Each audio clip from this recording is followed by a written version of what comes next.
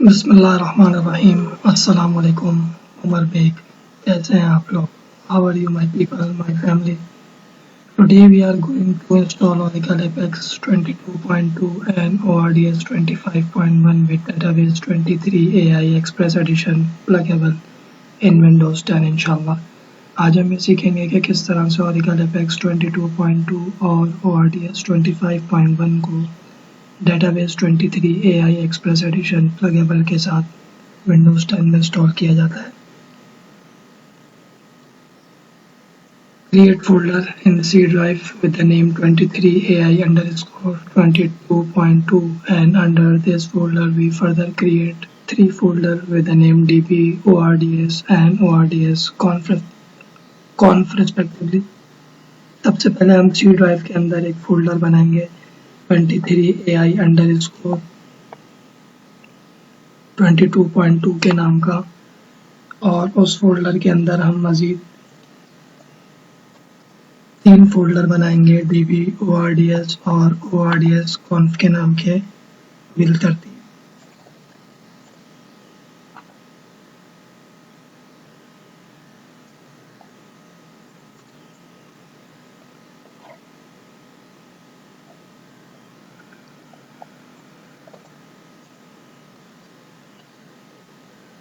Under ORDS conf folder we create one folder with the name config। ORDS conf के folder के अंदर हम एक फोल्डर बनाएंगे config के नाम का। Download Oracle Database 23 AI through this link। Oracle Database 23 AI को इस लिंक के ज़रिए से डाउनलोड कर लें।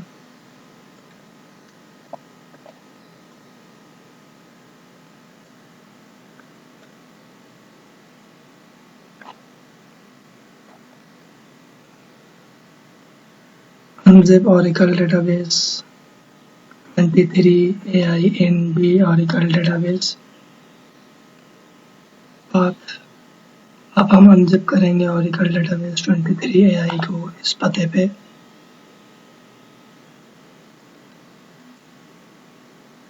Download ORDS 25.1 through this link. ORDS 25.1 को इस लिंक के ज़रिए से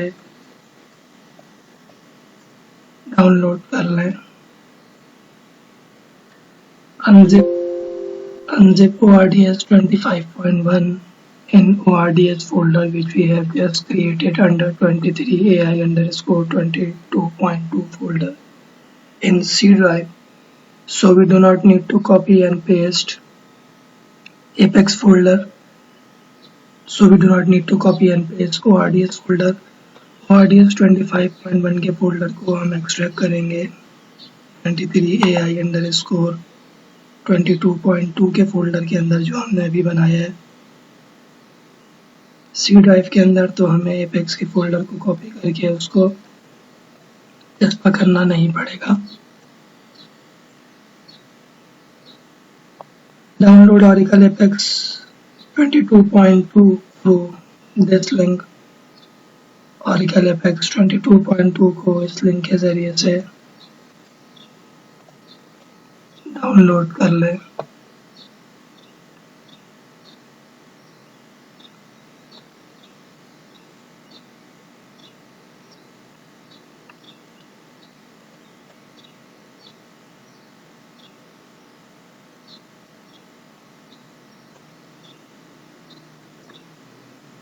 Sorry, the path is wrong।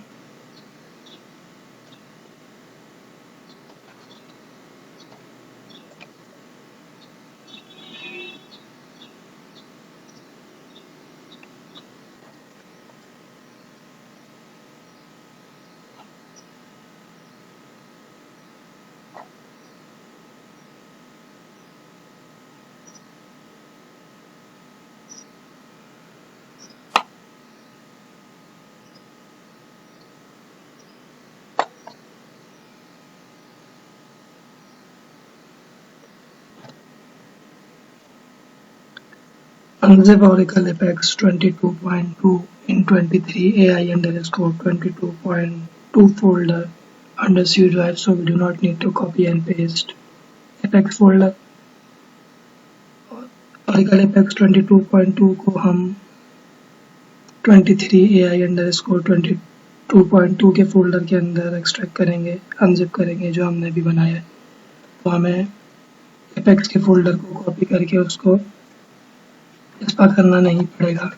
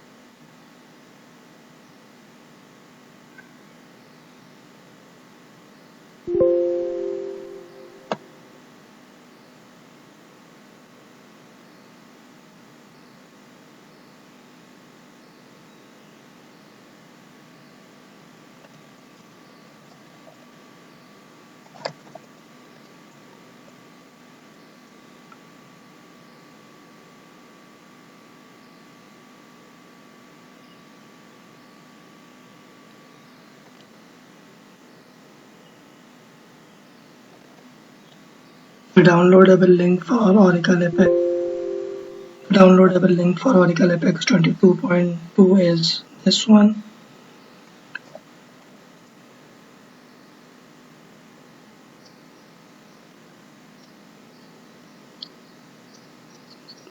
Open command prompt and check Java version. command prompt खोलेंगे और Java का version देखेंगे। Java version which we are using is Java 24.1। जो Java का version हम इस्तेमाल कर रहे हैं वो Java 24.1 है। For ODS 22.1 to 25.1 we need to install at least Java 11। ORDS 22.1 से 25.1 तक के लिए हमें कम से कम Java 11 को इंस्टॉल करना पड़ता है अपने सिस्टम में। Remember, before installing Oracle Database 23 AI, we make sure that we do not have any other database, Express Edition or database with the set free PDB1 does not exist. Moreover, this installer will use set free for database creation. Set other than free will not allow. Oracle Database 23 AI को install करने से पहले हम ये ध्यान में रखें कि हमारे पास कोई और डेटाबेस एक्सप्रेस एडिशन नहीं होना चाहिए और कोई ऐसा डेटाबेस जिसकी सेट जो है वो फ्री PDB1 हो वो भी नहीं होना चाहिए क्योंकि ये जो इंस्टॉलर है ये अपनी सेट जो है वो फ्री रखता है डेटाबेस को बनाते हुए। कोई और सेट फ्री के अलावा काबिल कबूल नहीं है। Run database setup with administrator rights. Database का सेटअप चलाएंगे एडमिनिस्ट्रेटर के राइट से।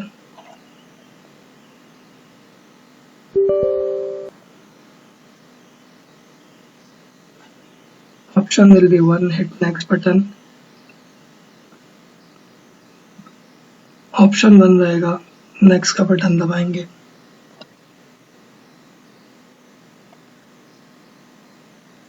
Option will be check on I accept the terms in the license agreement option, hit next button। I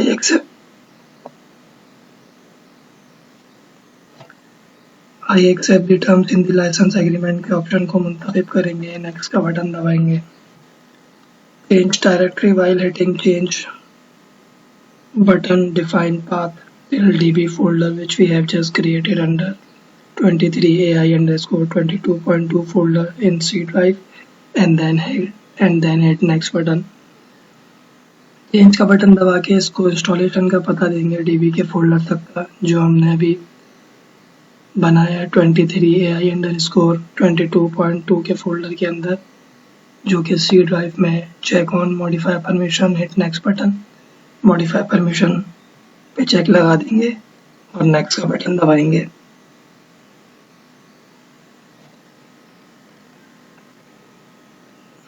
Provide password and confirm password for system and PDB admin from your choice. Then hit next button. Password और confirm password देंगे system और PDB admin को अपनी मर्जी से और next का button दबाएंगे। हिट इंस्टॉल बटन, इंस्टॉल का बटन दबा दीजिए।